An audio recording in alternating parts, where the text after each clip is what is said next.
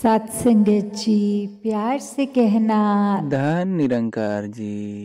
प्रेमा ने बोला, धन निरंकार जी। जैसे एक जो असली फूल के गुण हैं कि उस पे तितली आके बैठना चाहेगी, एक वो ऐसा कोमल सा होगा, और वहीं कागज का फूल, उसमें एक सॉफ्टनेस नहीं, एक कागज की स्टिफनेस होएगी।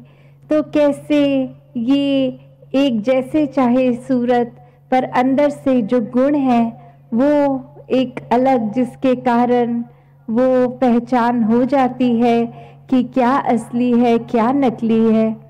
उसी प्रकार आज भी संतों ने यही संदेश दिया कि अपने जीवन में असली धन और नकली धन की ये पहचान कर लो। एक समय के साथ जीवन में कमाया जाया हुआ धन कुछ समय के लिए सुखदायी हो सकता है, पर सदैव के लिए नहीं।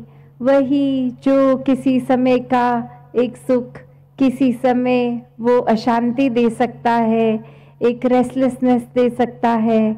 और वहीं जैसे मीराबाई जी ने भी कहा कि पायो जी मैंने राम रतन धन पायो, ये एक असली धन है जो परमात्मा की प्राप्ति उन्होंने और कितने और भक्तों ने अपने चाहे उल्लेखनों में कहा, भजनों में कहा, एक अपनी कविताओं में कहा। तो वो इसलिए नहीं एक संदेशा ऐसा देते थे कि एक उनकी उस तरह एक अच्छे गायकों में एक उनका नाम जुड़े, या फिर एक उनके अच्छे कवि की तरह उनका नाम संसार में आए। नहीं, वो एक असली सौगात, असली धन के साथ जब जुड़ गए इस परम पिता परमात्मा के साथ, इसकी पहचान कर ली, उससे अपनी आत्मा की भटकन खत्म हो गई। जब पता लग गया कि ये परमात्मा और आत्मा एक ही एक बात है, इसी का ही एक हिस्सा आत्मा शरीर के अंदर है।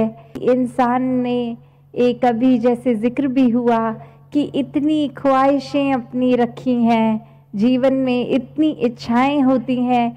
आज इच्छा ये चीज़ जीवन में हासिल कर लें तो फिर आगे का जीवन सुकूनमय हो जाएगा।